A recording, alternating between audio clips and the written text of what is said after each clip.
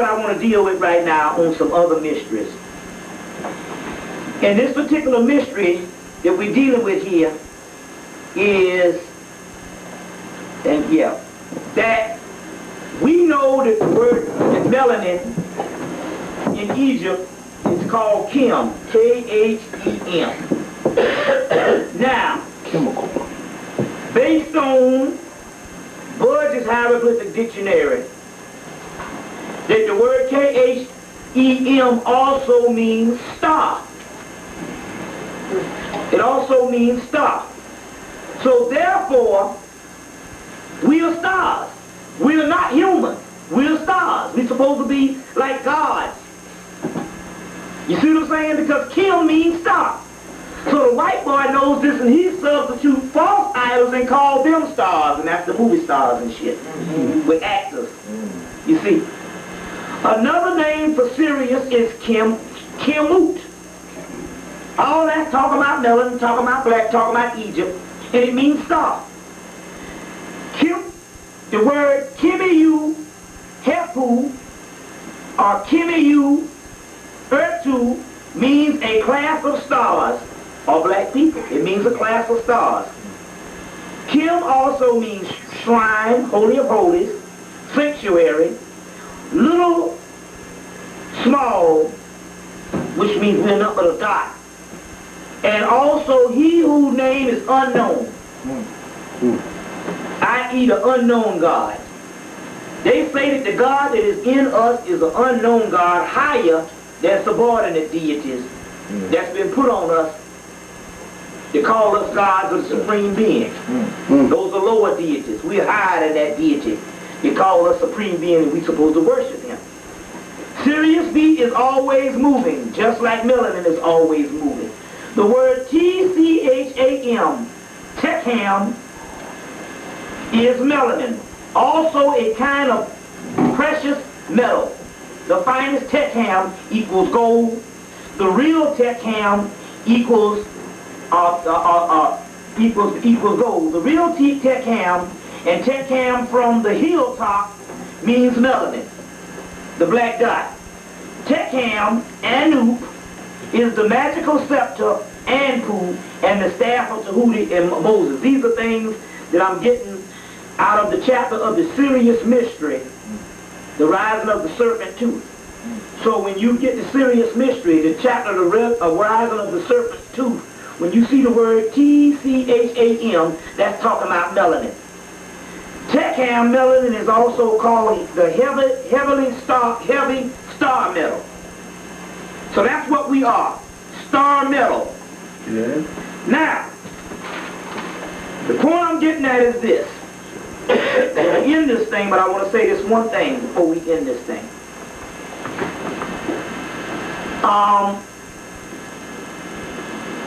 The guy named Colin Wilson wrote a movie called Life Force. Supposed to be these entities that come after a comet and suck the life force from people. Well, they say that's how we're going to do white people, suck the life force from them. Whoa. He wrote the movie in 84, Life Force. You can get it, you can rent it. Yeah, totally like vampires. They suck the life force from people. Remember, they was talking to one and telling you, you're one of us. So he wrote the movie Life Force. Colin Wilson also wrote an article on Atlantis and Lemuria, dealing with the Necronomicon. Very good article. So they said that the article was an excerpt supposed to come from the book that he was writing called From the Atlantis to the Sphinx.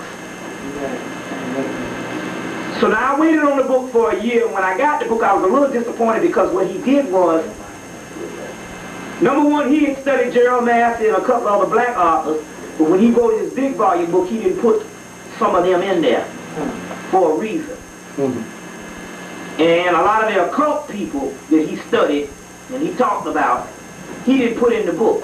And I know he studied Gerald Massey, you know, because Gerald Massey goes into the black shit, so they didn't even want to put him in there. So I was a little disappointed in the book, but I was up at Barnes & Noble's and shit, I had it in my hand, and so I turned myself invisible and stole it anyway. I would suggest you to do that if you don't know the science on how to do that shit. Well, you need to tell them that. You know, and I turned myself invisible and I stole the shit. So what happened is, but it had one little page in the book, and I said, this is what I got the page for. Because he was saying that the guy Robert Hoover wrote the Orion Mysteries, and then Graham Hancock, who wrote Sign in the Seal, and they found the Ark of the Covenant. He and what's his name wrote a book called The Mysteries of the Message of the Sphinx. Him and Robert Hoover. But the book, they kind of deal with a lot of astronomy and all, and it's all this, you know, it's too damn left brain. I said, you know. Clever. And plus they ain't gonna get to the real shit, this shit is talking about black people, so they keep it up in the skies. So when he wrote his book, he kept everything up in the skies too. And I said, you punked out, but I think he was trying to write a book. He said his book is the third part of the answer to Robert Hoover in the book, Orion Mysteries, The Message of the Sphinx. So I said, oh, so you want to be this, you know, they try to get this intelligentsia going. But he had one page up in there, and I knew this man studied the occult.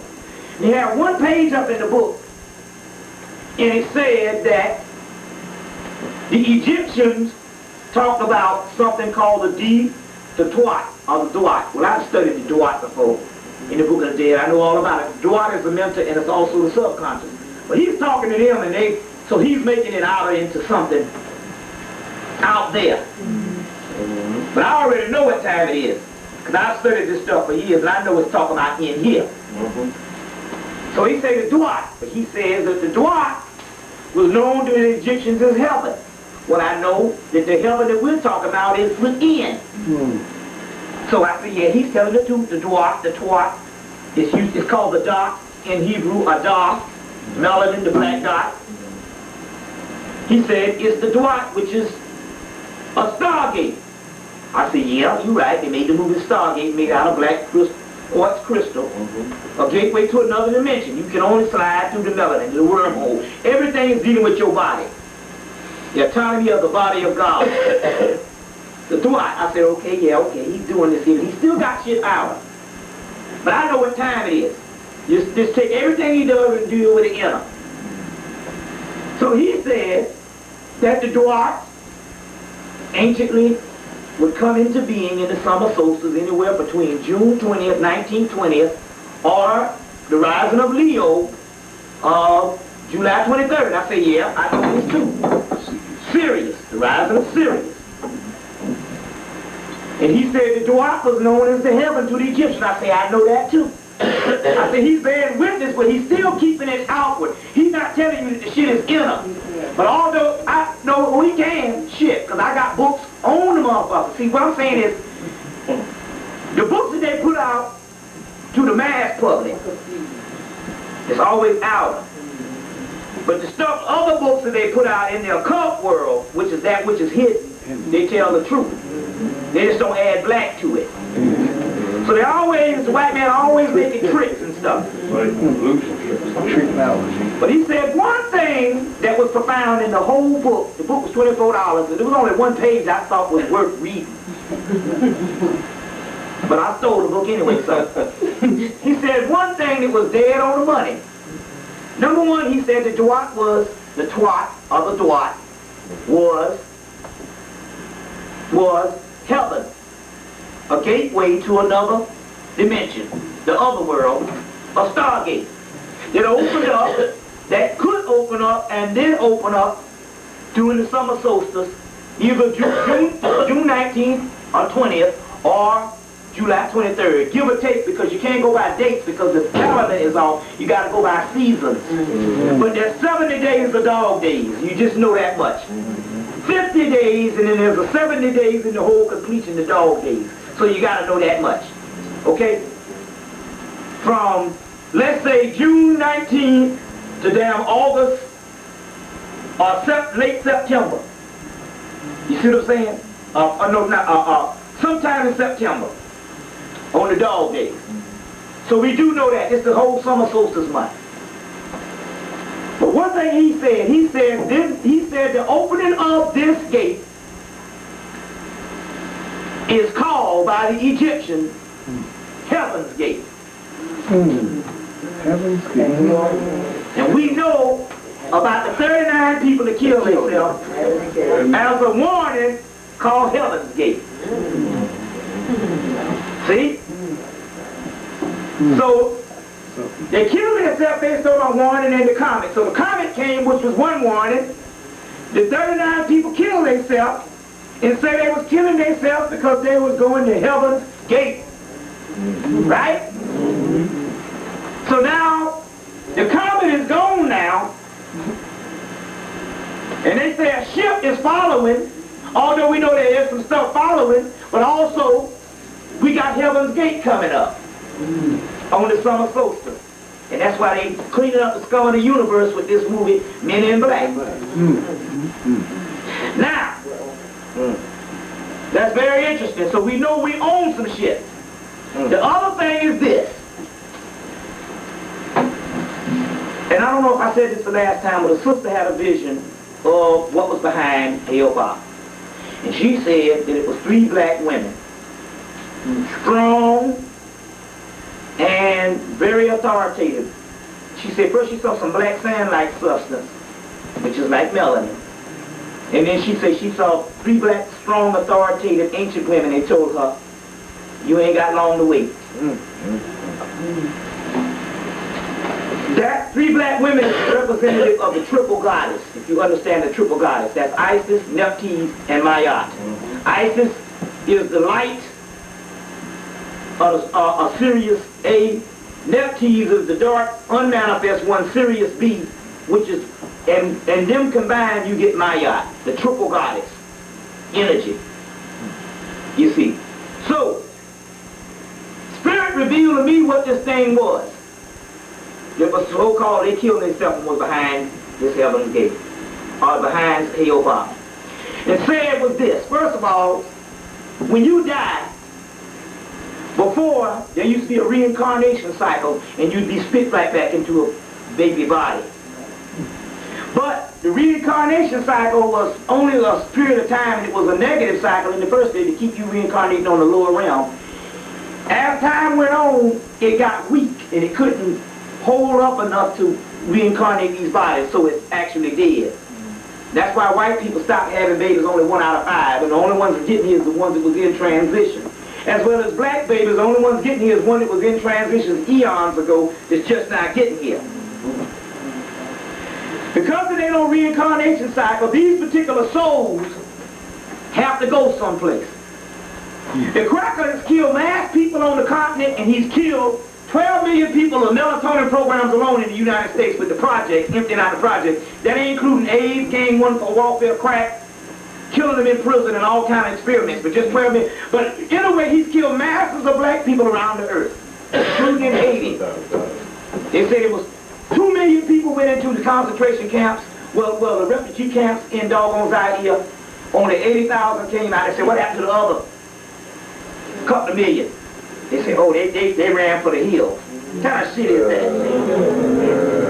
But anyway, that energy is working against them. Because there's no reincarnation cycle, when they kill that energy, they free that energy up. And that energy don't have to be bound in a physical body. So that energy goes midway point like a cloud. A big dark cloud, bigger than the earth, of all these mad and angry, melanated souls, waiting for the Heaven's Gate to come in to kill this goddamn cracker. And that was that shit behind Hale-Bopp. Those souls that they killed, big as the doggone earth. There was a book put out, prophesied on there. There's a book put out by, it's called Experience the Inner World, by Gareth Knight. Gareth Knight. Experience the inner world, but the last chapter is talk about the dark cloud. And that's what this particular energy was. So the cracker is shaking in his boots, because now when he kills a body, that energy goes to that particular midway point, and it's waiting for us to bring in the jihad, which we doing now, because the shit is on. Because we can't wait no longer. Down the bullshit. Stuff is getting harder each day. And food is getting too damn high. You go to McDonald's, that's $5, $10 for 2 people. Don't go. And that's damn poison. Right. Bad cow. You see what I'm saying? But even that, I'm saying everything is too high now. So we can't, so the jihad is on.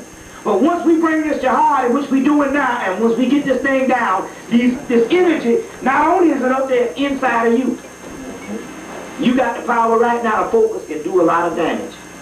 And it's inside of you. And that's what's going down right now. So what we're going to do is we're going to get ready to go, we're going to go into a question and answer. We're going to go into a question and answer. So give me some questions. I got one question. One of your videos you talked about reading the book Theology of Time by Unrealized. Yeah. In there I read in there where it said something about it's supposed to be 2 scientists on each corner. Each corner. Yeah. It's a symbolic thing. The 2 scientists on each corner is you all. The ones who's privy to this knowledge now. You the scientists. The ones whose souls bear witness to it, accepted it, and hunger for more. You understand what I'm saying? Right.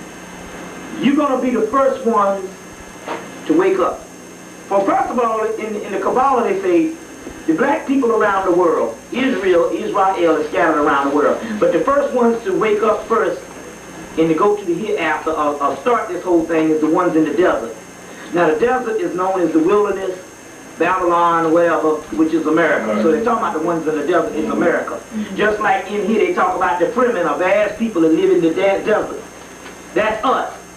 But then the Fremen are the free ones. They are the free ones of the other freed men. They are freer than the free men. You got a group of people that was freed from bondage but not from the mind. Then that's the Fremen, that's us. We are the ones that's free and we coming into our own sign. So the group of scientists on each corner is one day you're gonna be walking, and one day you're gonna wake up, and one day you're gonna be sleeping and something's gonna click and you're gonna be back. With a twinkling of an eye, you're going to be back to your God self. But you're the first one to go, and you're going to be like, you're going to have all the Akashic records. Oh, no. You're going to have the knowledge of the ancient one. You're going to have everything in you. Your whole thing is going to be conscious of the knowledge and everything you do because you're going to be God. And then you're going to be the ones on the corner helping the other ones and turning them on. You can even touch them with your energy and open them up. Oh, man. Yes. That's the kind of shit we talking about. But that's what it's going to be. It's like going to be like a twinkling of an eye. And all the struggling you've been doing is just your soul been waking up and you just been, what can I do? This is confusion. But it's waking up. But it's going to click. You see what I'm saying? It could be any day. Now, it could be tomorrow. It could be tonight. It could be next week. It could be this summer. But it's from this point out, it's happening. It's on. It's on.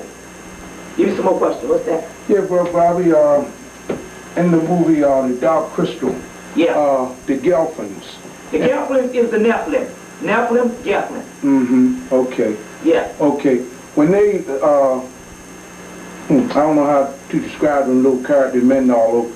They look like little old men. They was creeping up the hill, and the wicked ones and all look like the dinosaurs and all. Right. When they got there and they got to that great big crystal, They both went up on each other and they turned into the God. Okay. Right. What happened is the old men were the Godhead. That was the higher nature. Mm-hmm. The other ones, the Skeksis, was the lower nature. That's what's all fucked up out here, you see. Mm-hmm. And when they got around the crystal, the other ones came in, and the other ones was damn near dying. Yes. And they came in and stood over them. Yes. Which means your higher nature took over. Mm-hmm. As soon as they took over, they turned into God. Mm-hmm. You see what I'm saying? They turned into God. Mm-hmm. But the crystal cracked in the beginning, Yeah. but they had one little piece that was missing, a shard. Right. That crystal shard is inside of your brain. That's the mystery to the dark crystal. Jim Hitler, 1982. A lot of science in it. One of the best movies ever made on this thing. Yeah.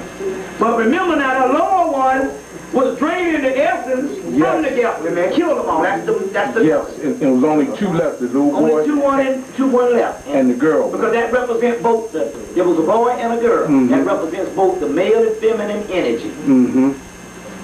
Just like in the last Star Wars, Return of the Jedi, he found out he had a sister. He said, I can't do it. He said, what about if I don't want to do it? You said there was another one. He said, yeah, your sister. If you don't do it, your sister gonna do it. One way or the other, you got to do it. So what it was is, so yeah, that one, Dark Crystal, you saw it. That was the key. The higher got over, they stood over the lower one, and they turned into God. You know, that's the same. That's what's getting ready to happen. But the dinosaur people were there first, and the little old men and all they were there, they came up, and then. But they represent the physical, and the old men, you know, they came up and showed up. Okay. Yeah. This brother here had his hand in you. What's that? The dance that the Doggone did in 1994. What's the name of it? Did you go to that movie? The Siggies. S-U-I-G. No, S-U-G-I. But the, And it's, but the first one was 1937, and it's the 60 year. right. Okay, this is what the deal is. I believe it was two.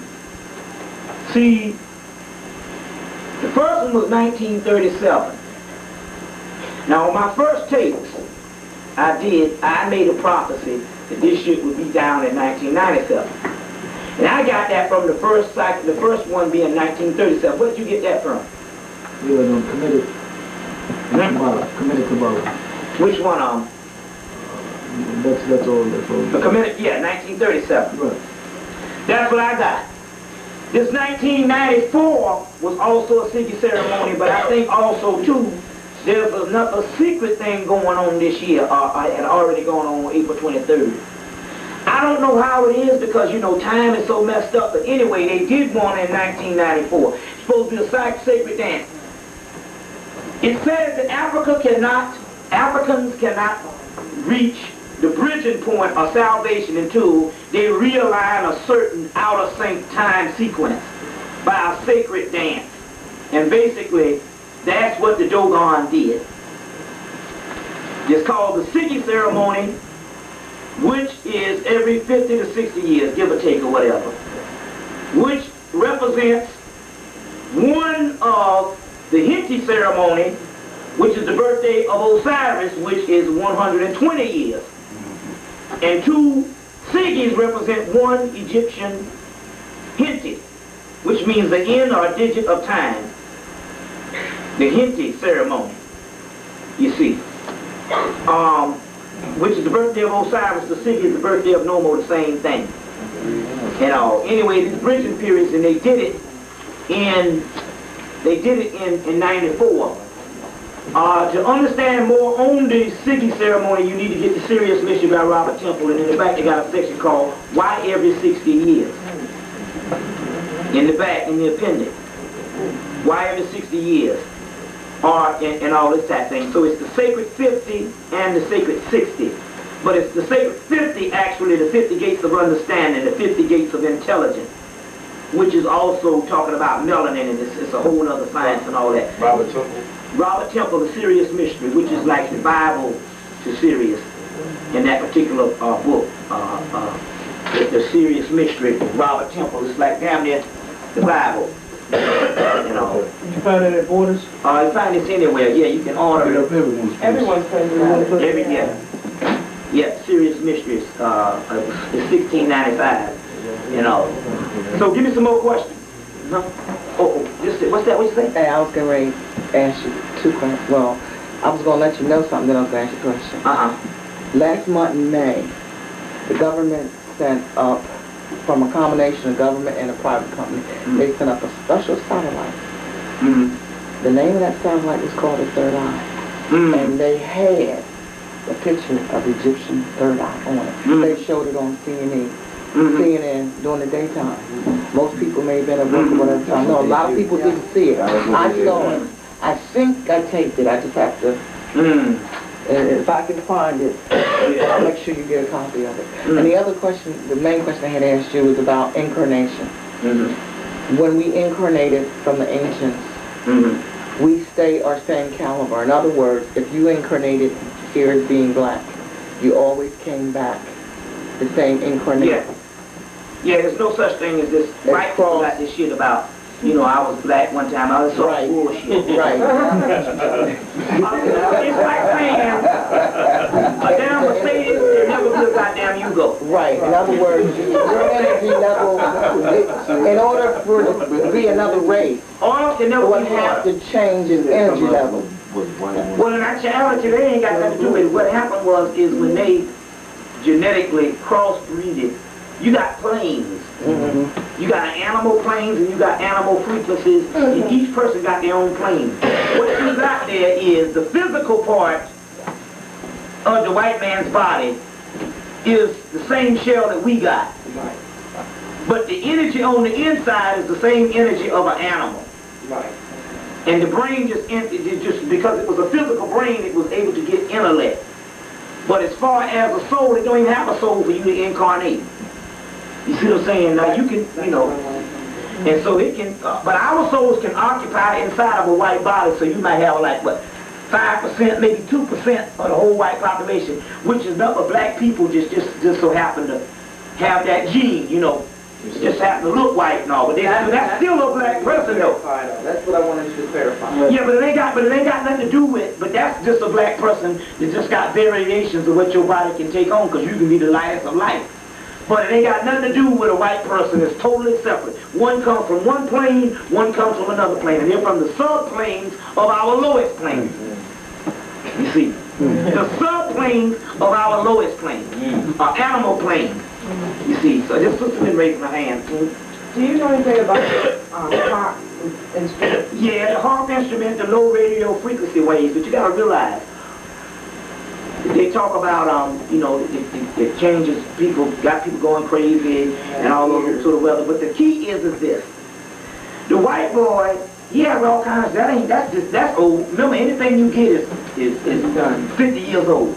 He got shit now. They got some shit where they can come in, take a dead man's memory, put it in a damn drawer. Some kind of way they do that. Store it in memory.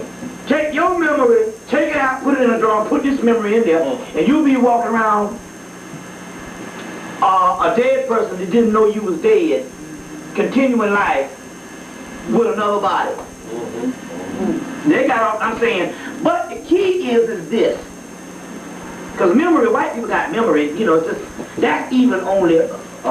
that's only semantics and stuff. The key is the stuff that they're doing is only on a low level, mainly the physical, so it ain't really shit. Even the hard stuff, you can't really get, because what we talking about is a mustard seed. You see, there's a mustard seed of the other realm, and they can't even get to that realm because it's hidden. So all this stuff, like the harp and all that type of stuff and all, they got all that type of stuff, but it can't affect us ultimately. You know, so they have that type of stuff, but that's even old news. They'll, like I said, they won't even bring out the shit now unless it's 20, 30, 40 years old. You see. Give me some more questions. Right. What about Orion? Orion? Yeah, Orion. Orion and Sirius is all the same thing. See, Sirius is in Orion belt, which means that Sirius is the whole constellation. It's all the same thing. But you got to realize one thing when you talk about space. It's a different way white men teach you space and what space really is. White men teach you space from space and time and objective and physical planets. That's all holographic. That don't even exist. There's only dimensions and planes. So Sirius and Orion and Regal and all that is dimensions that permeate in the same damn space. And the only thing that separates you from those dimensions is a mere fragment of consciousness. So those dimensions go right through these holographic waves and they all exist on one plane. And that's the way the universe works. The white man teaches you time and space and physical planets. So when you see this shit, but a hologram can only take that of the holographic image.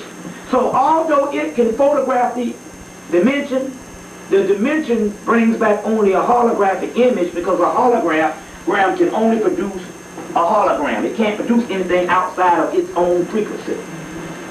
So when you think of these planets and stuff, quantum psychology to fold space and have time without moving is heaven is all around you. That's the Gospel of Thomas, but you just can't see it.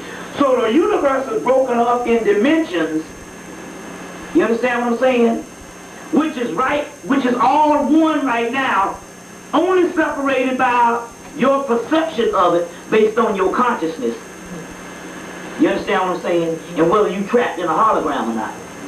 So that's the way, so when you look at this type thing with Sirius and all of that shit, it's all one. And so the Egyptian was explaining different dimensions on a diagram of dimension charts. And the white man couldn't understand this, and his astronomy is space and time and all that old bullshit and space and all that. That shit don't exist. That's another hologram. Right, because I was trying to get to, when you said there was a war millions of years ago. Yeah. That was taken. That war was fought right here on Earth in another dimension. Which slowed down that dimension, and this dimension appeared. You see what I'm saying? Which was that Eden part. I want to read something to you. See if I got this little thing here. Which is that Eden part. Let me see if I got this little thing. I want to read something to you. I got my drawers up in there. Here we go. I want to read something to you. Let me see if I can find this thing. Show you what I'm talking about. It was fought right here on Earth in another dimension. That's the war in heaven. The fall and the fall and the degeneration of the most ancient people and the dismemberment of the divine man.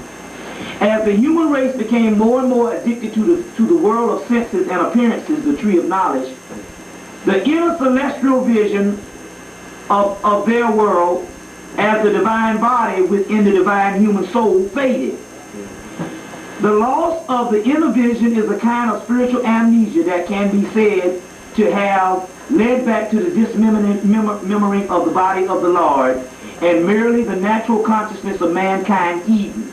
The disappearance of the human consciousness to become merely a myth of the divine man to be said disappeared again beneath the waters of external phenomenon of the world. So what happened is you became more and more addicted to the senses around you. So that war in heaven, this is the same realm, it just used to be in another dimension. I'm even saying that the Egypt that we know of back then 2,000-3,000 years ago, although it was a dimension, it wasn't the original dimension, it was still in a time dimension different from this. Because if you look at the Africans and the Egyptian now, it's a far cry. You're like, shit, I don't see nothing in these motherfuckers now. I don't see nothing in us. And it's almost like two different dimensions. So I think it was a time door that closed about 2,000 years ago, because when you look at the Egyptians, that shit looks strange. Don't look like some shit that's on the earth, you know what I'm saying? It look real strange. You can't find nothing like it. You see what I'm saying? Because it's another dimension.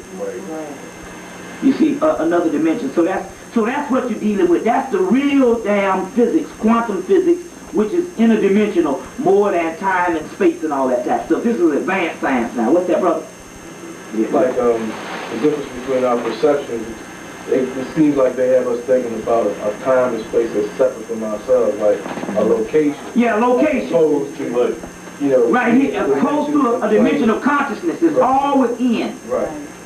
You see what I'm saying? They say when you die, you become a star. Right. Well, hell, somewhere I'm still, the entity is still living. So that means we're talking about just dimensions. Right. And so that's real science. Right. The white boy abandoned the other shit in 1970.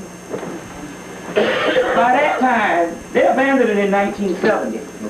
They abandoned it right at the time that they fought in the South to integrate the University of Alabama and all this stuff. The black people in the 70s start going to white schools in mass. Yeah. After the integration. At that particular time, they abandoned all basic forms of education that they still teach now. To you think you got a degree? They abandoned all that, and they say, well, we'll leave that in the schools and everybody go there will do that, but we just going to educate a select few people to really run the world, and we'll put that ghost government, that old fake shit, and the workforce, which is workhorses and stuff. But real education is against the law in this country now, and they haven't. And so what it was is now up until that time, they was doing all kind of experiments and stuff, and you could get certain things in school, but they abandoned all that stuff in 1970, right at the time when that's why they let you out. See, what happened was in the integration was, they stole millions and millions of things from black people before the 60s of inventions. So they said, wait a minute now. First of all, we need this shit that we stealing from them, that little shit they inventing. It's some great stuff. Now imagine what we can do if we let them into the corporate world and give them access to other building materials. Take it back over. We can steal from them and don't even have to steal from them. They'll hand in the assignments and they'll call it a job. You give them your genius for $20,000, $30,000 a year. And they get billions from it. So the integration was to bring the God people in on the shit so you can give them shit for free and keep the civilization afloat. And this way they can do it for free with chicken change. Minimum wage, $30,000 a year, and they make it damn near $2 billion off of a report that a person had to go turn in, have on somebody's desk in the morning. You go home and do the genius shit so you can keep your job. And it's $1 billion project, and he get it for free of charge. So the integration, they had to do it. They said, shit, now man, they said, we're going to really use these motherfuckers now. And you thinking, oh, we come a long way. Well, damn fool. So that happened also too. This brother here was dealing in you. Yes, brother, would you explain 6 protons, electrons, and the neutrons? Yeah, with this 6 protons, 6 neutrons, 6 electrons, which is carbon. Also in the Great Pyramid, there's a chaos chamber, a chem chamber called the 666 chamber. Because the Great Pyramid is nothing but the head of God. And also, chaos melanin? Yeah, and also because you got the Great Pyramid, you got 3 Great Pyramids at the Giza Plateau,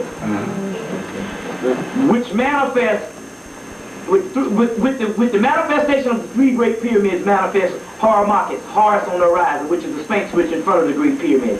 The 3 Great Pyramids is one is the pineal gland, one is the pituitary gland, the 2 small ones is the pituitary gland and the hypothalamus gland, and the large one is the pineal gland. You see what I'm saying? And within that. And with these things, what's called, and these here are just basically, the smaller ones is also other realms of glands also in the brain too. But basically you got the hypothalamus, the pituitary, and the pineal gland, which is the apex. And from that gives birth to the Sphinx, which is the Sphinx, then it's the Phoenix and other things and all this type of thing here. And all. So that's also inside of your head, but also in this particular part here is the chaos chamber, which also represents melanin. Also, the pyramid is a symbol for melanin also too. Also a symbol for melanin. It's also called a symbol of Chem, but it's also a symbol of Sirius too. So all this stuff is connected, and all this stuff is talking about God, man, and man, God too, and all that too. What's that? I gotta change this now. Okay. What's that question? Okay, earlier you said 2 things. You talked about they wanted a Messiah, and you were alluding to something about God coming, didn't you? Yeah. You were going to go into that. And then the other thing was you talked about the music that we don't have anymore. It's all rap. Can you elaborate a little on reggae? How is that figuring? Well, still yet, reggae is still never permeated the United States as it was supposed to. Even Bob Marley said that what eluded him was the United States. Although reggae is like almost an institution in Europe. And although but reggae is still not the national thing in the United States as it was. It did cross over after his death and made great strides, but still yet it's not the basic thing where you turn on the radio It's some select stations, but where you turn in basically the overall drive music of the popular music is basically rap. So that's what it is. We're not talking about side things because we still got jazz going on. We got other things, but they're not the actual popular culture music now, which is basically rap. Right. You see what I'm saying? But if you look at the times, if you still had music that only had constant energy, you know, just to move, and not to say stop and look around you, see what's going on, then maybe you can do something about it. If you didn't have music like that, you know. Or you talking like what? Like rap music, you know. But it's not though. It did early. It did early, but see, you gotta look at the thing too. See, you gotta realize how this thing is. It's very tricky. It goes in and tries to make you think that it is the voice of the ghetto. But you gotta realize one thing about this thing here. And you gotta realize one thing about this here too. You don't walk around every day with pimps and players. That's a fantasy thing. Now the music used to be a grassroots music in the early 90s with the, you know, they had the KRS-One thing going and all the kind of thing. Now what you got going on is more of a front type situation. It's very tricky the way they weeded the thing in. See, they had to see, you got to realize the way the cracker does thing, he's crafty. He will make you think that this is the voice of the urban youth. Let me tell you something about damn music and the urban youth. Whatever come on that radio, that's what black people buy. I know that because I worked in the music industry, but I worked in the music industry all of college. We know, when I was in college, we know whatever they play airtime, that's what they'll buy. That's one thing about it. Because what it is they understand that we are a popular culture, postmodern society. We deal with fad, what's in. We deal with fad, what's in. Now, it's the same thing where they came on BET Talk, which is a government program, but still yet. When they came on BET Talk and said, how is it that we can jump from talking about sneakers in 4, 5, 10 years ago into straight up killing people? You see what I'm saying? Straight up killing people. Now, we understand the essence of black people is black people basically, generally, it's always been a doggone hype. You ever notice one thing about the hype about black people? They tell you a bad neighborhood not to go in. When you go in the damn neighborhood, you be scared the first 10 minutes, you be walking around and no shit ever happened. It's always been a hype like that. You understand what I'm saying? Because black people never really behaved that way. The other shit that we got going on now is manufactured based on clones and stuff like that. You see what I'm saying? If you look at the true essence on what's going on in everyday life, it's a difference. Now, yes, you like rap music, and I understand the whole context about behind the whatchamacallit and all. But my point is, when you really look at the true concept, and all, it's not necessarily the voice of the ghetto, as it is a manufactured image of what somebody done told you you're supposed to think like. Right. Everybody don't like that. You see what I'm saying? Because remember now, because we can say that if all the rap from the beginning, from the goddamn 80s was this shit now. But it what? You see what I'm saying? It's totally different, but all of a sudden they came in with something different. The conscious thing is gone now. You get one where and now it's so mixed up, you have a person talking about the white man and conscious thing, and the next minute he's talking about some bitch. Right. You see, so I'm saying it's the way it is, plus you gotta realize this particular part too. Also, you gotta realize this too. The stuff, you might come in with a conscious thing, say, I want to do some good stuff. But you gotta realize this part about it. All rap music now is recorded by the major studios. Remember, first rap was miscellaneous labels. Right. Next plateau, Sugar Hill, miscellaneous labels. It didn't cross over to the mainstream until damn Def Jam brought the shit up. Right. In 1984, 85, mainly 85, when he got the CBS contract, and everybody started dealing with it. Right. Even though you might be positive and do some positive stuff, by the time they get through editing that shit and putting subliminal stuff up under there and stuff, that be some stuff to drive you crazy. You see, so I'm talking about the way it is it's a manufactured thing. First of all, you got to realize one thing about it. It's not really music because you got to look at this particular part. What makes a good music? Was it the music or was it the good singing? See, one thing about all black people can sing. You can get on that damn bus and the motherfucker start cutting them. Wow, you just go ahead. I went to a whole college where everybody in the college could sing but me and another nigga. What made a lot of stuff popular was the music behind it. If you notice now, all it is now is what is called synthetic, cut up stuff. Right. You see what I'm saying? So the subconscious works on music. And what I mean by that is you can hum a song in the morning and the damn, that shit'll stay with you all day. Sometimes you try to forget it, but you can't forget it. That's the way the stuff is. So what it is, the way it is, it started out as a certain inner city rap form, but I'm saying now that shit is taken over solely by the damn government. Right. You see what I'm saying? I'm going to tell you what I mean by that. You know, we got to do homework. See, what happened is we have a 3-year attention span. All of America, even white. And then we delete our files. I asked you what happened in 1990. You couldn't tell me. That's 5 years ago. That's too damn long. Now, let me show you what I'm talking about here. Let me show you how the government works. Now, all you got to do is go back into the melanin files. See, the thing about me is I can go back into the files all the way till I'm a baby, then I can go, before I'm born, I can go to the Civil War. I done did this shit. Motherfucking nigga Juju taught me how to do this shit. I can go back, I can go to Egypt, I can go to Atlantis, I can do all that shit. First of all, you got to make a way of capacity to believe that you can do the stuff. I'll just say, just to know, once you know you can do some shit, you can do it. You ever did that before? You didn't think you can do it, but once you knew you could do it, you do the shit better than anybody else? Well, you can go now.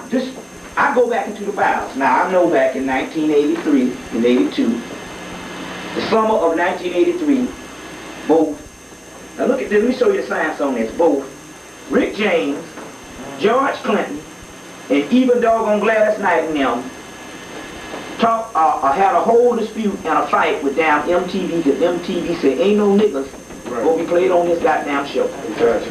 Now, let's look at the science behind this shit. You got the brain scan. Now, if the white man couldn't take basic soul, which is the building blocks for rock and roll, how is it all of a sudden, in 1988, he gonna come up with fucking Rap City? He don't play no soul to this day. Nothing funky come on dog on MTV. But he got rock and roll and he got rap. Don't you see something odd about this shit? Don't you understand the manufacture of some stuff? So you gotta understand the politics of things. See, that's what John Henry Clark taught me. He said, first of all, I know that Malcolm X, even though he was killed by some black men stood up, I knew the white man was behind it. He said, why? He said, because the black man, they did an order. He said, killing styles. You gotta study a person killing style. A black man might shoot you once, and then the damn sanity might come back. But to empty a gun up in a person in 1965, that means that they was ordered to do it a certain way, and they just carried out the white man killing styles. You understand what I'm saying? Now what you got now, emptying a gun, because those are clones. So what's happening is what happens is this. You got to start learning how to do what is called investigating reporting. You might not have a documentation on it. Well, when you kill a person, you don't have damn bibliography on it. But the white man might come up in there and he might get a piece of fiber from here, a certain time date from here, a certain look on, and they build a case like that. Well, it's the same kind of thing when you putting this stuff together. So I know that if they didn't allow no soul music in none of the 80s, and in 1988 all of a sudden they start doing rap, that means the government say, listen, they had a meet. They say, look, we getting ready to get the youth and fuck them up. They say, first of all, now I was in the music industry, that's why I know. Rap was mainly on miscellaneous labels, which means there was labels that was not the major labels. Then all of a sudden in 1985 with Def Jam, and then by the time of 88, these major labels start gobbling up all these rap stars. And then by the mid-1990s, they pushed all of the soul artists and all this stuff they can't sell now, and mainly it's all rap. So they got together and say, listen, we going after the youth. And although the youth might think, you might think this is Generation X and it's all this kind of thing, they play on your fucking ego. See, that's how they get us. They play on your ego. And you thinking that rap is this fundamentally new black shit. No. But I want to ask you something. White people got new stuff, but they still got their basic rock and roll. White people still recording rock and roll. They recording all types of media. It's not just one medium. You understand what I'm saying? What is, I mean, that don't make no sense to just take something and don't have nothing but rap and slow songs. And these doo-wop groups. You see what I'm saying? They did, and so what I'm trying to say is it's a government type thing the way the way they did it systematically. And you gotta look beyond the surface of things, the surface thing. You gotta look beyond that. What's the presentation? You gotta look beyond that type of shit. There's something beyond that stuff and all. You see what I'm saying? And see, they pump them out like they say. They don't even make them so they get cult status. Because even when you get cult status, you can liberate people. So what they do is they pump them out and they do 1 or 2 hits, and then like they say, they go gold, and then the next year they can't go rust. You see what I'm saying? And they keep that shit going. And it's a faddish mentality. What's that, brother? Just a comment on this statement about the rap and all. To me, one of the more conscious rap groups and all, and I got a lot of stuff on. In fact, I bought his new one, but he looked like he didn't change over too. That's KRS-One. Yeah, he did change over. Because he's making commercials now. Right. He was underground, and I saw him doing a soda commercial. Yeah, and I couldn't believe it and all. The people that sponsored him was in a drink called Ginger. And then not only that too, you notice he started going to this old hip hop style now. And all right, but he changed over like that. I'm gonna tell you like Ice Cube. Yeah. Ice Cube made a damn record. Yeah. Cracker, moving way out. Go home, nigga, written on your house. He did one in '92, was hell, and then he put Khaled on it. '91 it was hell. Then he came back to one in '93 with Khaled on it. Now that nigga talking about East Coast, West Coast, and all this shit here and all that kind of stuff here. Even Khaled said he sold out. You see what I'm saying? So what I'm trying to say is either they're cloning these, well, a lot of them they just straight up cloning them. Because my point is this here. Ain't no way in hell you gonna talk about the white man like a dog and then get 3 movie deals. That's right. That nigga up in there with Elizabeth Hurley, that's a big time cracker from England, Anglican cracker. And that nigga in there with Anaconda. You don't get that kind of stuff. Like your boy, he sold out. That nigga up there jumping around with fucking Bill Clinton, fucking old one pants leg, old LL Cool J motherfucker. You got it. And all right. You got it. You see what I'm saying? Yeah. All of them sell out though. Yeah. But they Fucking Arrested Development's supposed to be conscious. They jumping around with fucking Bill Clinton. yeah, they're like, You see? Something about the lead, what's his name? Speech? Something about he married a white girl or something? Who? no. Speech? Yeah. He did what? No, I heard that. I don't know. What's that, sister? Yeah, Brother Bobby. 2 weeks ago, I was in New York City, Manhattan. Train station came up through Times Square, whole line. I saw one homeless person. Yeah. One. Will you Yeah. please tell them, underground cities, where the camps are? Can you please?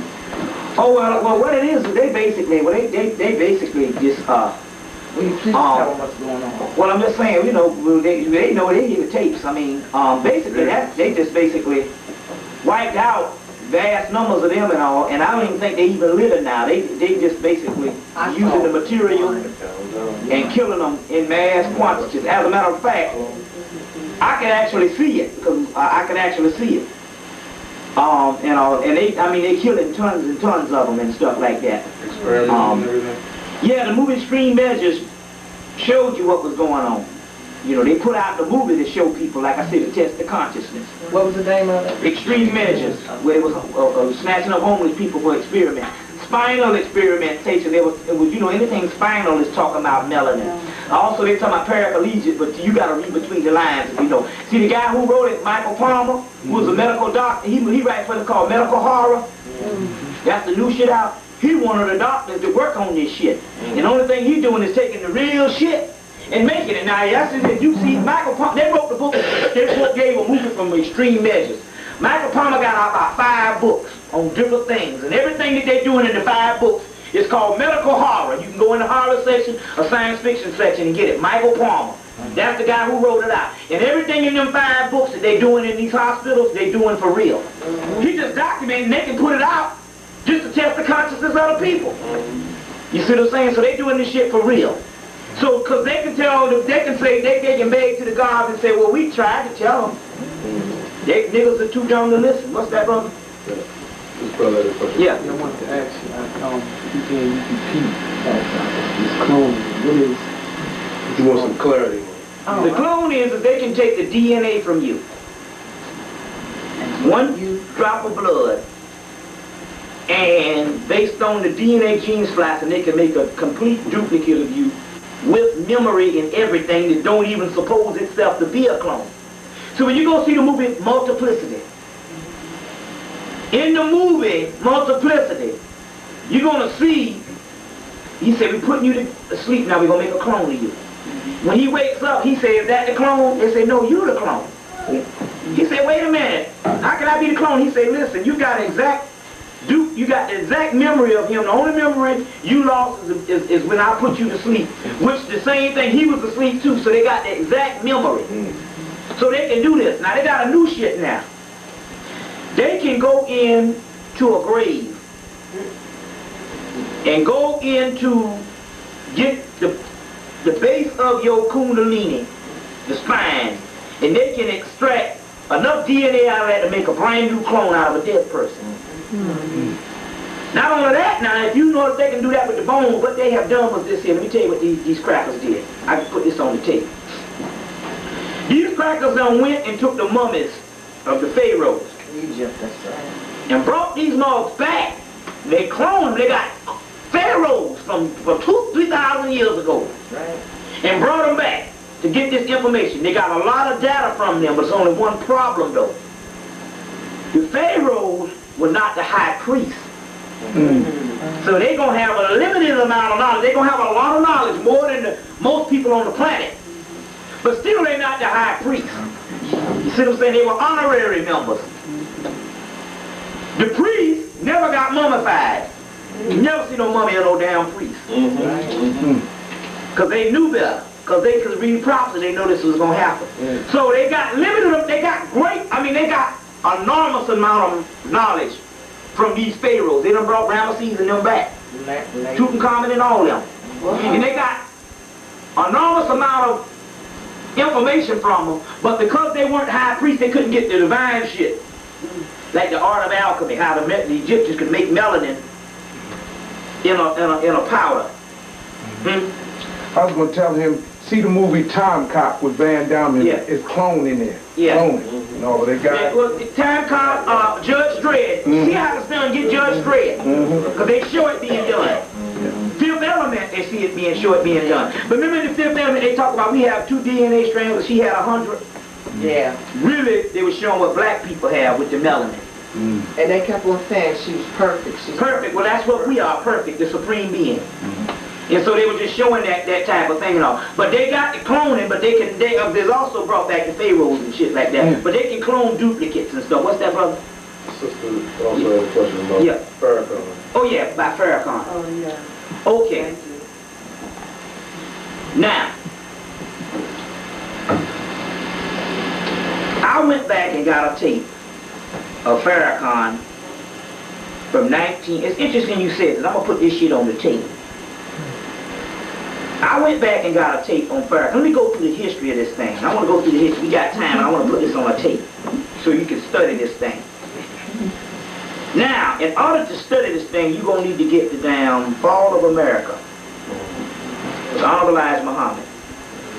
Now, in the Fall of America, I want to get this right. I think it's the Fall of America in 1973, or I think it came out 73.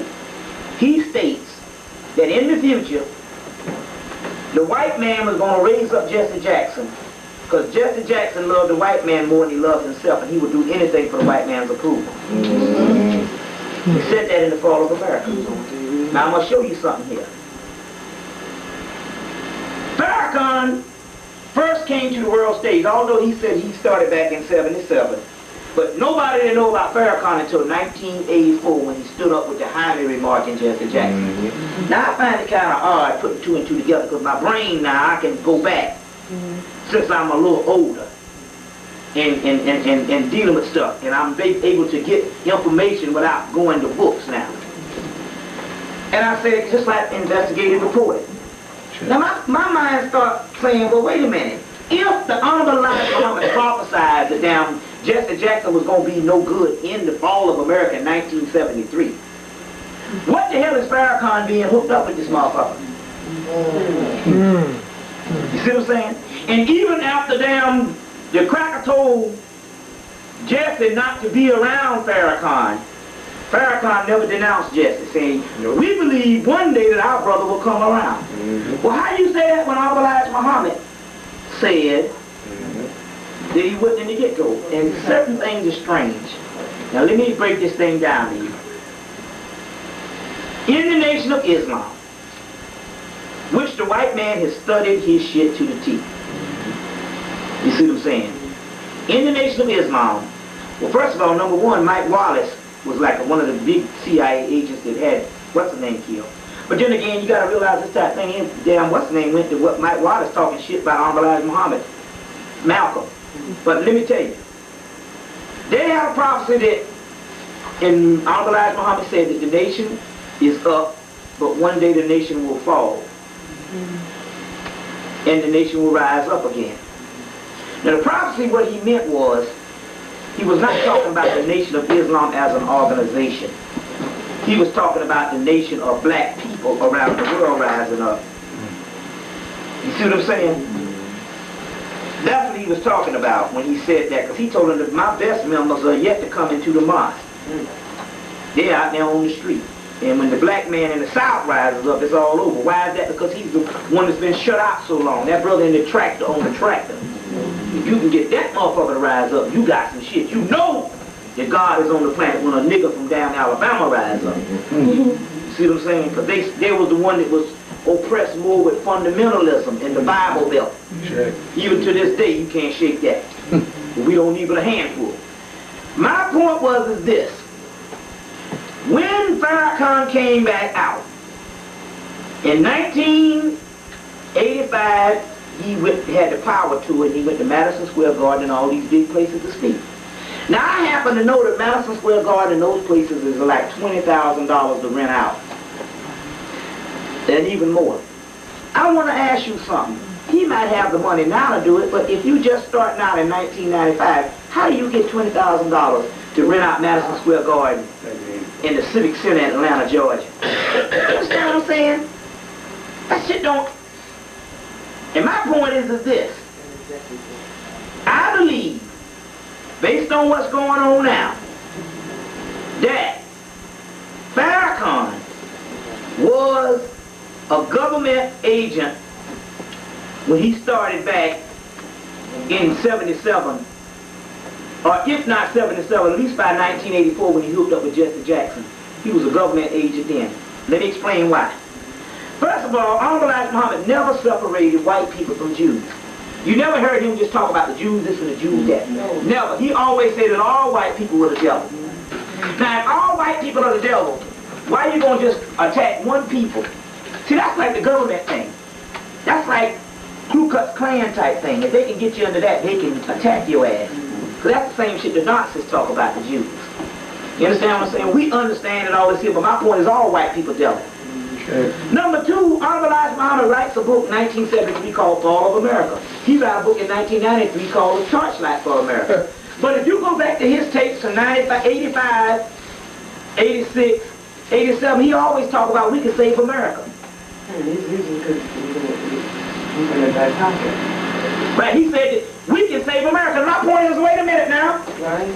The prophecy is not only Elijah Muhammad, the Bible, the Quran, and all the other ancient scriptures. I'm just talking about the ones that everybody else got. Say this shit gonna fall.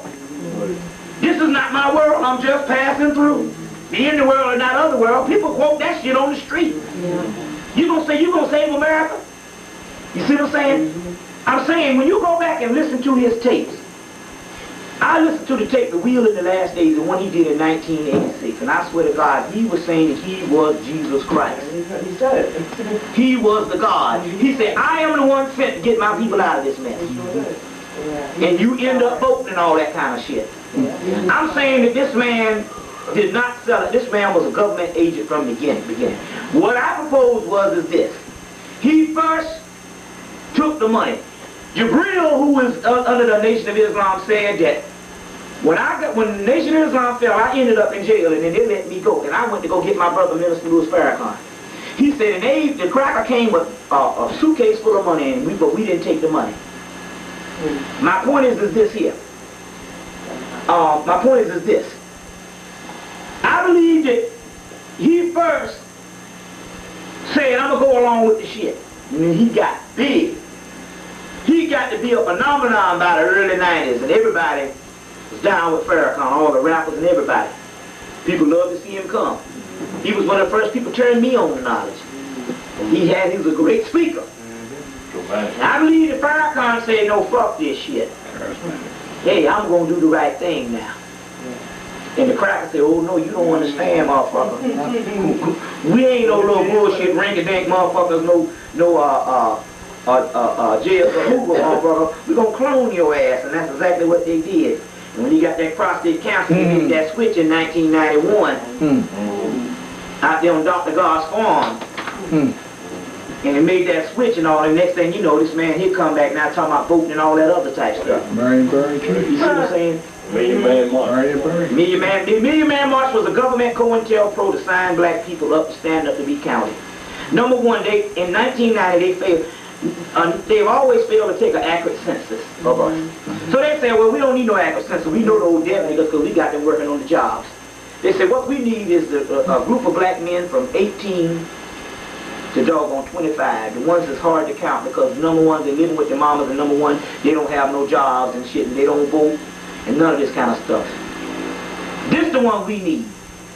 So they got him to come up there and do the Million Man March, which they had to sign up for, so they can register 1 million men and get them up under the government and increase the vote. And they got them no good bullshit rappers on MTV talking about that increase the vote. And that's why motherfucking ass died from that dumb shit. Although, see, anytime something happens spiritually, or physically, it happens spiritually. They got all them same old no good ass rappers supposed to be hard, down with the system, all them old black rappers, but they're talking about increase the vote. Ain't none of them motherfucking shit. Because they tell you, never follow a motherfucker in show business. Because the show business, a person with a big ego, once the white man give them their accolades, they'll kill their mama to stay on top. Never ever, I don't give a damn who it is. No matter how noble they are, never ever follow a person in show business. Honorable Elijah Muhammad said it then. Don't sing or dance for the white man, not for $2 or $3, not even for $1 million. Because he was looking into the future. And so all them niggas talking about increase the vote. Remember that back in June? Yeah, same old rapper motherfucker. And Tupac was in that shit too. As well as Snoop Dogg with his process, Colonel Sanders here. His Colonel Sanders looking ass. All them niggas. LL Cool J, and the most hardest niggas that talk shit about the white man is most biggest agent. They getting paid. Most biggest agent. So that's a part of the front thing. Most part of the front thing. Well, man told me that back in damn 91. He said, always watch them all to talk too damn militant and don't try to give no stuff and talk the most shit. He said, we had a nigga in the Black Panthers. I got a friend that, one of the first brothers turned me on to knowledge. It was a spiritual thing. Turned me on, we was working at the post office together in the summer program for college.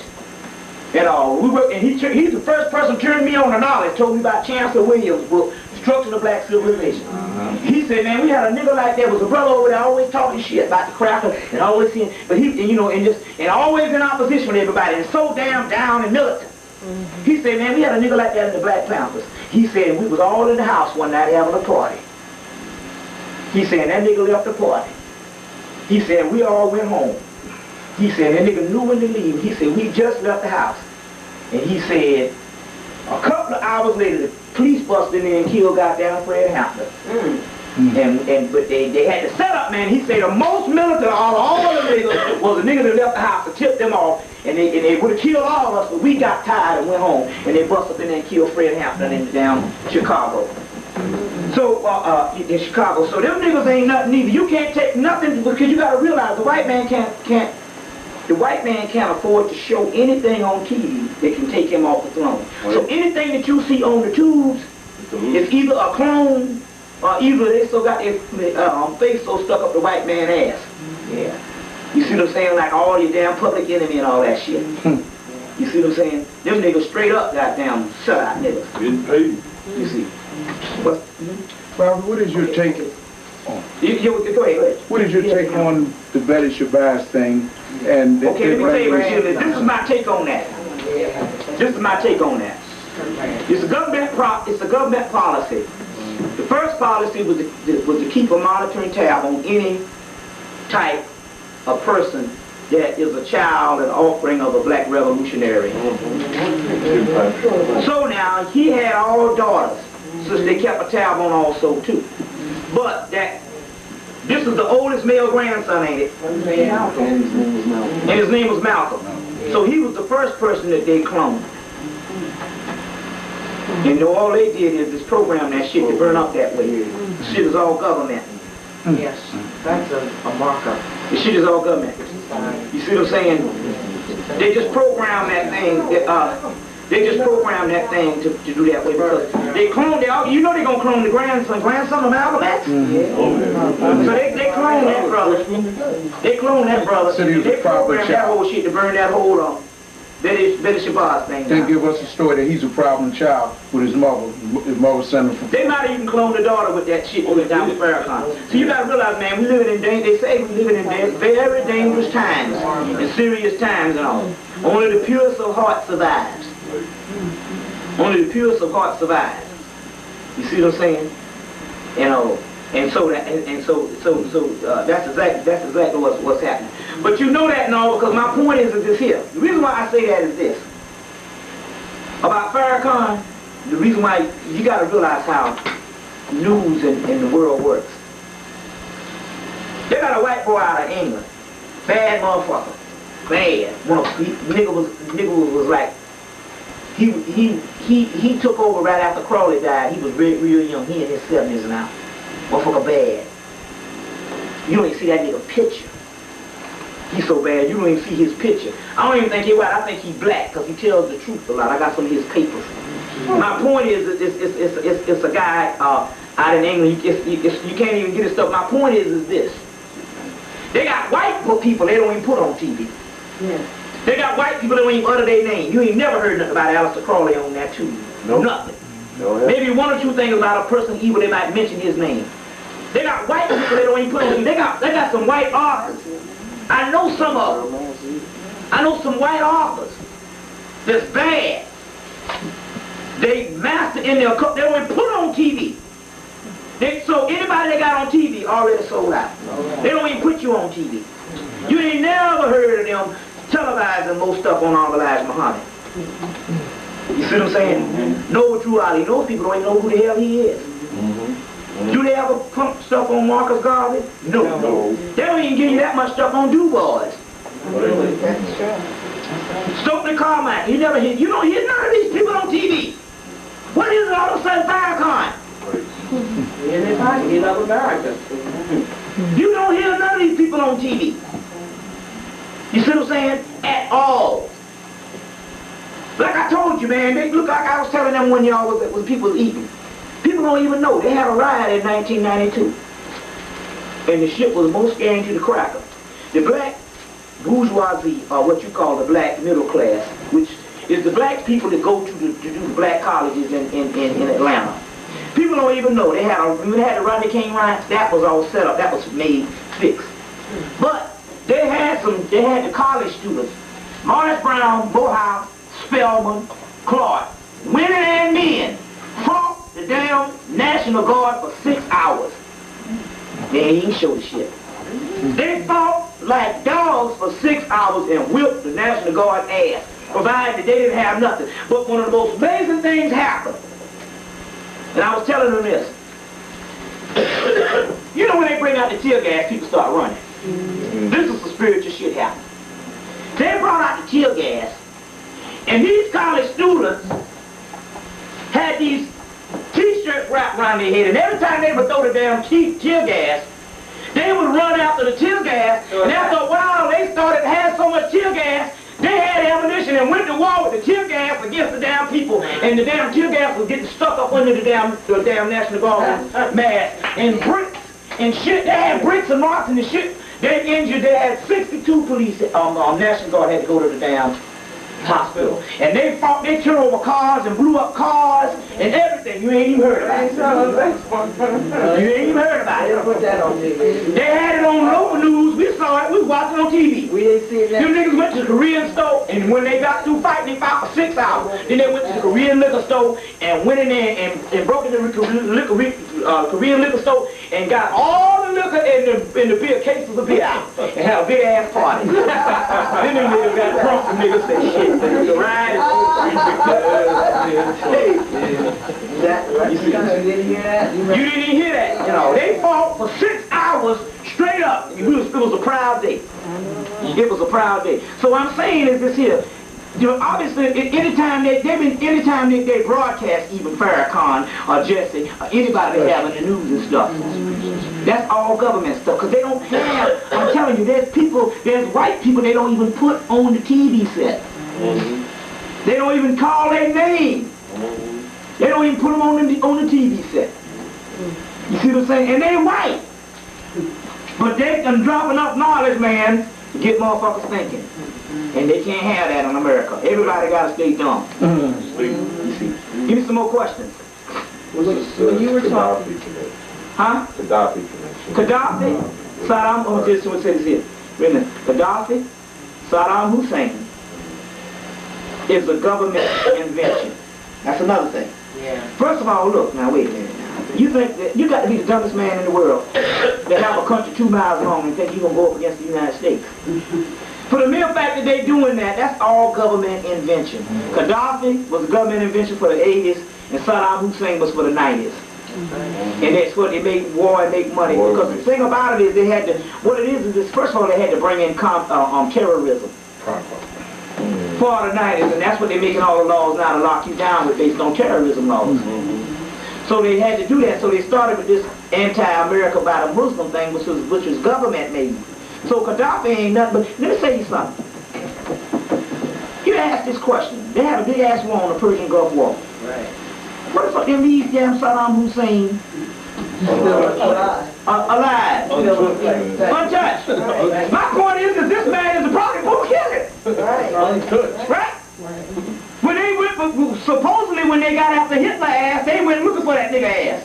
Because he gave up 2 or 3 clones and got the hell on. Escaped. In the underground cabins and shit. They say he went on time shit, went to 1983. But I'm saying they went after his ass.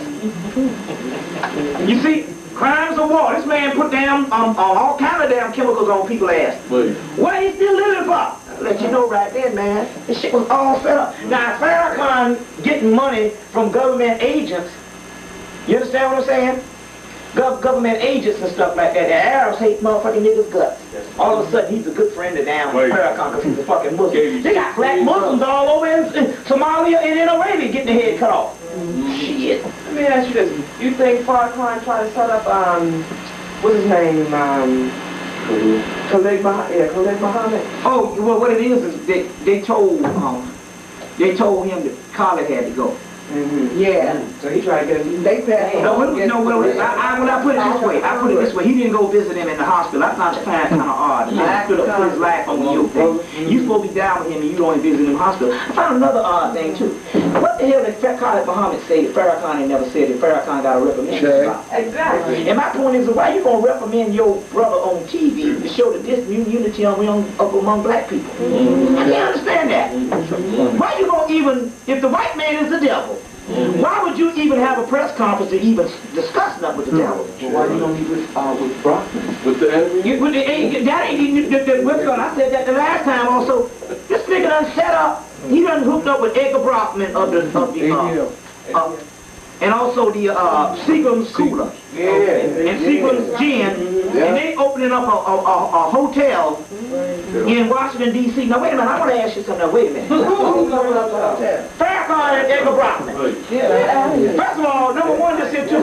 You don't get your face on the front of the Wall Street Journal now unless you down. That's the white man topic. That's his Bible. Now, my point is this here now. We know that the number one enemy to black people and Indians in world history was not dope, it was alcohol. Now, if Elijah Muhammad's supposed to clean the black man out of alcohol and they couldn't drink or eat the white man's pork and his liquor, why the hell you gonna hook up with a liquor motherfucker? And Seagram is that cheap shit that niggas drink Directly. It ain't no hire no crystal or no kind of armoretto or no shit like that. The bottle. This secret is stuff where you buy a pint and some orange juice and stand behind the liquor store. You see what I'm saying? Yeah, hard rock. Why you gonna hook up with that? That don't make sense. To be a messiah. It's all a part of the damn mix. It's all a part of the mix. All a part of the mix. You know, this sister had here, then we're going to get everybody. What's that? Yeah, what I was going to say was just a brief touch on the epitome of rap music. When C. Dolores Tucker and some of the ones in Congress were talking about them cleaning up and changing the lyrics with Time Warner and some of the other ones. Did you notice who tried to intervene and all of a sudden wanted to be her best friend? Bill Bennett. Yeah. Who was Bill Bennett? He drug czar and all that. The drug czar. Yeah. That was your first big clue in the music industry how it had turned and how it was definitely in bed with drugs. One and the other. Well, the whole thing is, I mean, you know, it's shoot. It's even most stuff, you know, like I'm saying, it's just straight up clone music, a lot of it. The program, I mean, it's all kind of crazy stuff going down. You know, I mean, there was some good stuff and all, and you got distinguished and all, but I'm telling you, try some of the stuff and all, it gets your head hurting and stuff. But now this new stuff, all that shit is through. That ain't nothing, because the government got that stuff going. What's that, sister? What type of, this is a question of a different thing from what we've been discussing, but what type of memory do dolphins and whales hold of Atlantis and on the planet? Well, basically... And the reason why I asked that question is because my husband and I just got back from Maui about a month ago. And we had a whale sighting. And a 65 to 70-foot whale just passed underneath our boat. And there was a lot of telepathic energy going on between the whale and various people on the boat. Well, see, what happened is a mammal is a mammal. The mammal with the whale and the dolphins and stuff is we can reincarnate either with the whales or the dolphins and stuff because they're more advanced beings. But it's the same energy, it's the same black melanated energy that you can either go into the whale and also the dolphin and all that too and all. But because they are in a body that is more harmonious with nature, they have a greater psychic sense, which we used to have, but we just been shut down so bad and all. But it's still, you can incarnate within that, or the human, or the whale and all, what you see. They've had a lot of that recently on TV talking about how they're trying to use the sound of the whales to understand what they're talking about. Yeah, they're trying to do everything now. A lot of that. They want to learn how to huge research. Yeah, they're trying to do all that now and all, you see what I'm saying?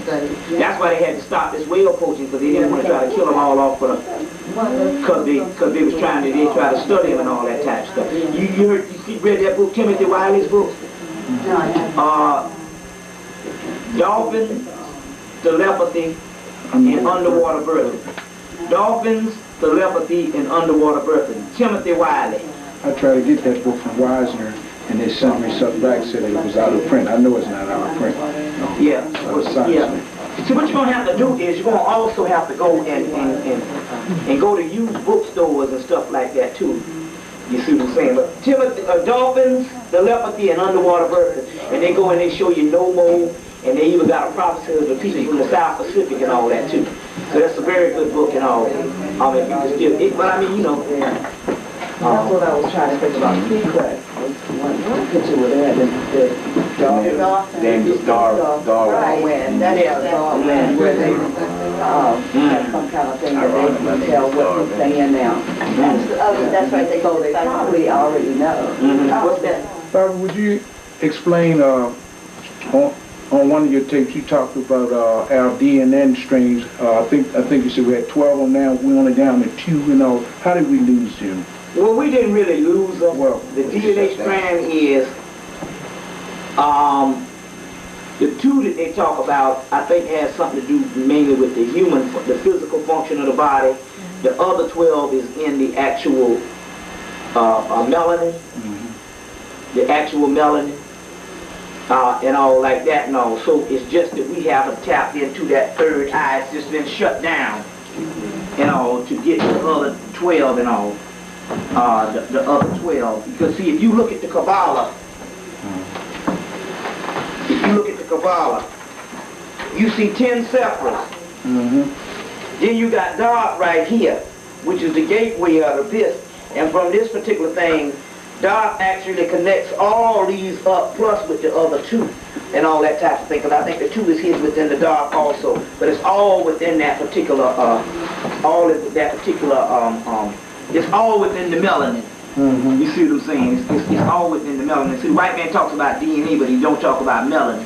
No, he doesn't. You see what I'm saying? Don't even discuss it in the hospital. There's medical books anymore either. Yeah, all that, you know. Well, even Richard King said that when he was in college, the white man was teaching that the pineal gland has no significance at all. Yeah, he said he walked over to the library and this guy, the same guy that was teaching him to sit and have significance on, had volumes of books written on how important the pineal gland was. Same crap. So, you know, yeah. What's that, brother? It was under the word salvation, I think. They were talking about that, that's what they put it under. Yeah, when it's in the Bible too, it's in the Bible too, pineal. I saw pineal. He went to the Place called pineal, Jacob. Pineal, yeah, which is all, it's all metaphysical. You see like that also. It's all metaphysical, so that's the same thing too. Give me some more questions. So getting back to the cloning piece, as far as Farrakhan is concerned, not to just dwell on him, but that whole piece about making a switch. I mean, killing off the original. No, I don't even think that. I think the way they got this thing now is what I got, and all that they can use both of them. switch the body, yeah, they switch the body. But I'm just saying, not only that, I'm just saying they got one that they use for one thing, and they got another one. They can use both of them. I mean, one is a clone and one is not. Yeah, he know what time it is just to stay alive. He ain't gonna say shit. You see a mug that powerful to clone you behind, you better not say nothing. You know, right? He got the message and all. Yeah, what's that? And you hit on it too when you said Farrakhan went for the prostrate thing. In my take on it, and all, too, I feel strong about this. One of the ways that they get it, and I think Barry might be a clone too. Oh, he is one. Because he went in the hospital for the prostrate thing. But not only that too, even that. The Mary Berry was a clone when they caught Mary Berry in the room with the crack thing. Yeah. He was a clone then. He was a clone then. Now he talking about bringing in the death penalty. You know what I'm saying? Yeah. Can you believe that, nigga? All the damn people that was wrongfully executed with the death penalty. Black people, he goes thinking that stuff. He won too. As a matter of fact, all of your mayors is clones. All that stuff, man. You know, all your mayors and stuff is clones and stuff like that. You see what I'm saying? All that's clones. What's that? Anything on Timothy McVeigh? He looks well, like I just said, you know, see, my point is this here. This is the deal on Timothy McVeigh. Timothy McVeigh, first of all, they called him what, the same day? Same day, yeah. Timothy McVeigh was a government clone from the get-go. What the thing is they just clone the person to do it so they can catch a certain person. But because it's all a part of the government and they charge him to death, because he was in it with them, because it was a clone, that means that they have sentenced themselves to die. But just somebody got to kill him. Leave them all on his go. That's right. check. What purpose do you feel the government would have to blow up its own building? First of all, you know how many laws they can pass with that terrorist shit like blowing up a damn building? They need the money. First of all, you got to realize this here. First of all, they blew up the World Trade Center and this. Now look at the science on this. The World Trade Center is a world statue. It's a place where people spend money to come in to marvel at this thing, as well as the Empire State Statue of Liberty. So if you notice, isn't it ironic that only the basement got blew up? Come on. A terrorist gonna blow the shit? You know the higher a building is, the easier it is to fall? Don't you know they say that they talk about demolition, the hardest building is they take one of these little buildings that's got like one story and they have to do 2 and 3 things to bring it down because it ain't got that what they call that particular force, what centrifugal force or whatever this thing is, the force to bring it down, the harder it is, the bigger it is, the harder it's fall. So you know damn well that somebody was going to blow that shit up. It wouldn't take nothing to break that whole shit down. But they blew up that because it's the government. They set it up that way. Now the other building, if you notice, is that what Edward J. Murrow, what that shit is called? Yeah, Murrow. Don't you know that that building is called Art Deco from the 60s? Don't you know that in your city right now, they tear down 10 of them buildings or down one, them old Art Deco 60s design and shit. They tore down 10 of them things in the last year in Atlanta.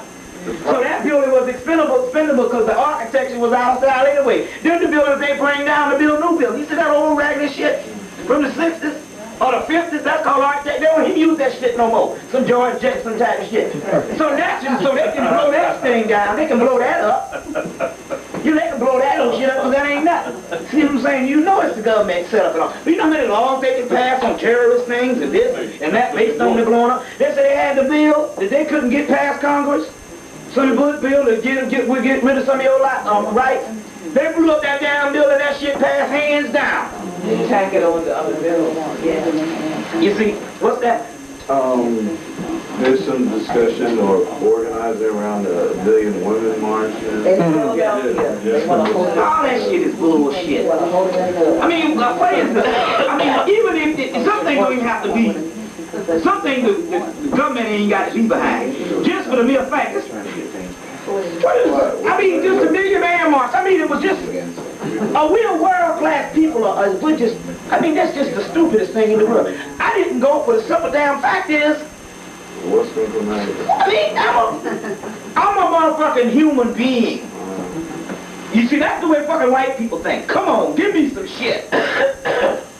Fucking Martin, I'm gonna get in the goddamn street and march. You did that shit in the 60s, because God knows you had your head down for damn 40 years. That was some great stuff. You know what I'm saying? Give me some credit. You know what I'm saying? And I'm not just even talking about being conscious. I'm just saying, just being just simple thought. I mean, what they gonna march for what? Million Women March. In Philly, of all places. I mean, now, hell, you know, I mean, if the government, they might be behind it and all, but I'm just saying, black people are making monkeys out themselves. I told you, man, the degeneration period is so down. You mean to tell me you don't even have a thought process that nothing became of the Million Man March, which you should have known from the get-go nothing wasn't going to cross. A million motherfuckers get on the damn bus to go to the damn, what you call it at all. You know what I'm saying? So I'm saying, you know, it's... Crime went up and everything went up. I mean, you know what I mean? It's... You know, I mean... And it was called Dead Told It. Told us for what? I mean, you know... So, I mean, they got this Million Women March and all this kind of thing here, you know. It's really a joke. It's really a joke. Now, the Million Man March was set on, we can say for the first time historically, that it was spiritually a million people, million men marching, that type of thing. On the other dimension, I guess it was a spiritual sign of the time the thing was going to happen. And I think it was prophesied, the day of atonement and the Dead Sea Scrolls. Yeah, that's what I'm... That's what. But my point is this, okay, fine, okay, we got one off, but this thing is getting downright ridiculous. You know, and what they going to talk about? First of all, there ain't no such thing as man and woman. That's another thing. That's what the cracker want to get you to think. You separating this shit about the male and the female, and there's no such thing as that. It's just energy. All right. And sometimes you come down in the positive, which is to stick out, and the negative to pull in. Not evil, but AC/DC, yin and yang. And you double and you switch up on them things. You can be a woman for a couple of thousand years in the reincarnation. You can be a man for a couple of thousand years, or you can be a woman in one lifetime and bouncing back and all. But really, it ain't got nothing to do with that. It's one energy, the feminine principle in the first down place. But it ain't the feminine as if you think, based on the physical body and all, because we talk about divine energy and all, right? So, yeah, but so all that shit is crazy. Yeah, give me some more questions. Can you speak about the time grid, the world grid? Yeah, the world grid and all that type of stuff is, like I was saying before, it's good to get it on the documentation. At one time in the cycle, when the cycle was that we had a certain amount of time to be on the earth, we could go to hot spots to get certain energy, certain quickening. And that's what those grids acted for. Now, white people have produced old news and old stuff that they have found out through the Native Americans and other people are on the time grids and the energy grids. We got that shit all in our body. So you go to them things now, you ain't gonna get no more quicker than to stand up house watching fucking Three Stooges. You know what I'm saying? Because the energy now, because the time cycle is, we needed those hot spots because the time cycle was not in time where all of us would be quicker than ourselves based on the energy that's permeating the earth now. So you go to the hot spots. But now, we doing this, and that's white people that's into that shit, really, some energy grid and all. They can't do nothing, they're mutants in the first place. So you get a quick and get a certain amount of energy and all this kind of thing here to do certain things with. But see, so that's really old news because you got all that shit in your body to do that with, the melanin. You see. And so that's what that is. Okay, how much? 10 minutes, yeah. So that's what that is as far as the time grid and all that type of stuff. But you got that in you now. You have that in you now. And a lot of that was to sustain you on the physical while you were still here. Now the whole thing is to illuminate totally and be done with this mess. Go back to the God realm, where every day is a fucking party. Right, so if we have... Every day is a straight up party on this new shit. So if we have it in us, how do we get that vibration back to its proper level? Well, it's back now. It's just a matter of learning how to tap into it. But even that, but take 1 million years with Negroes, it's going to be like a twinkling of an eye soon. Right. The main thing to enhance it is to keep dealing with the knowledge that you're dealing with now to get a greater understanding. Gnosis is what frees you. It's back now. But the mere fact that you're in here means it's back now. Yeah. The Kundalini and all that is risen right now. But it's with us because it's such a normal process. It's no different than when you was 10, you ain't had no little hairs around your ding-a-ling and then some came in. You didn't even feel the shit. You just looked down there one day and they was there. That's how the shit is. It's a normal process. You know, growing a beard and all, you know what I'm saying? Don't start itching until you start cutting it and stuff like that.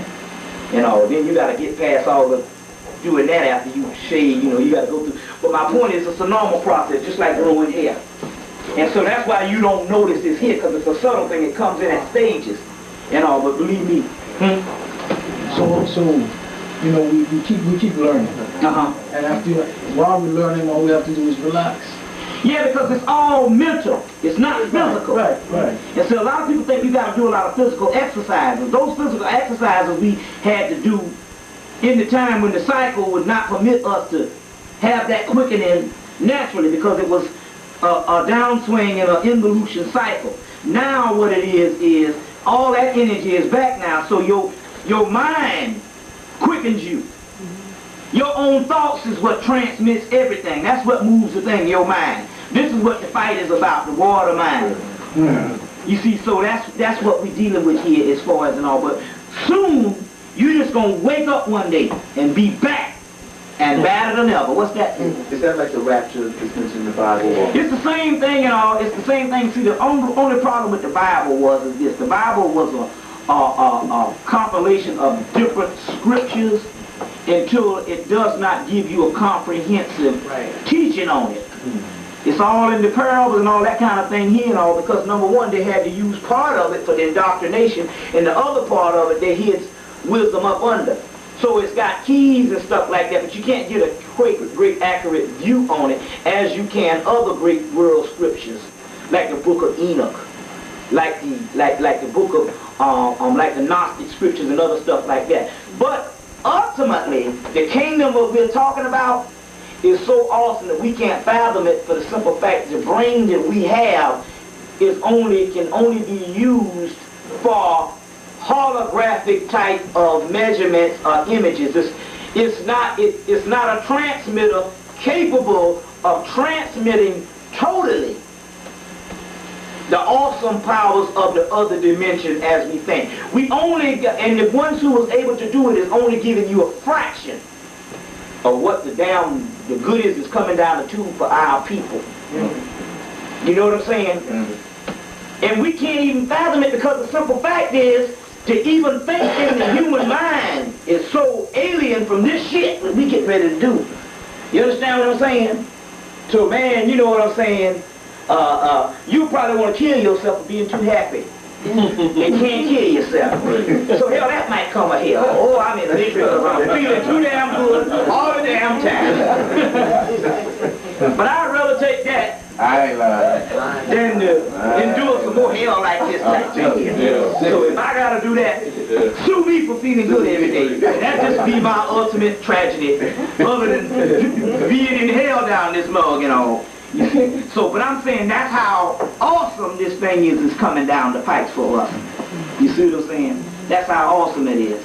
You see. So right now, like I said, I ain't got no scruples on nothing as far as what I do on the physical and stuff. And now I don't have no shame no more. You know, I used to be proud and all that kind of stuff like that. Now I ain't got no more pride now. Human soul started. Yeah, I'm just saying I ain't got no more pride or no more nothing. I'm just free right now. You know, I don't. You know what I'm saying? I don't have to buy a lot of shit now because I don't have to impress nobody no more. Or whatever kind of thing like this and all. You know, I don't have to do nothing no more. You know what I'm saying? So I'm really free and all. You know, I'm really free, and that's what we talk about, being free. When you get to that type of freedom and all, you truly are free. The next step ain't got to be great, because I'm telling you, you know, I still suffer every day with dealing with black people and seeing our people in this condition. I suffer daily, but I accept my suffering because it's an divine inheritance. Because only through the suffering, see, if the white man didn't have, we'd have thorn in his side. You see what I'm saying? He wished that everything would have went well for us, and maybe he might have could have endured, which was inevitable that he wouldn't. But my point is, because of us suffering,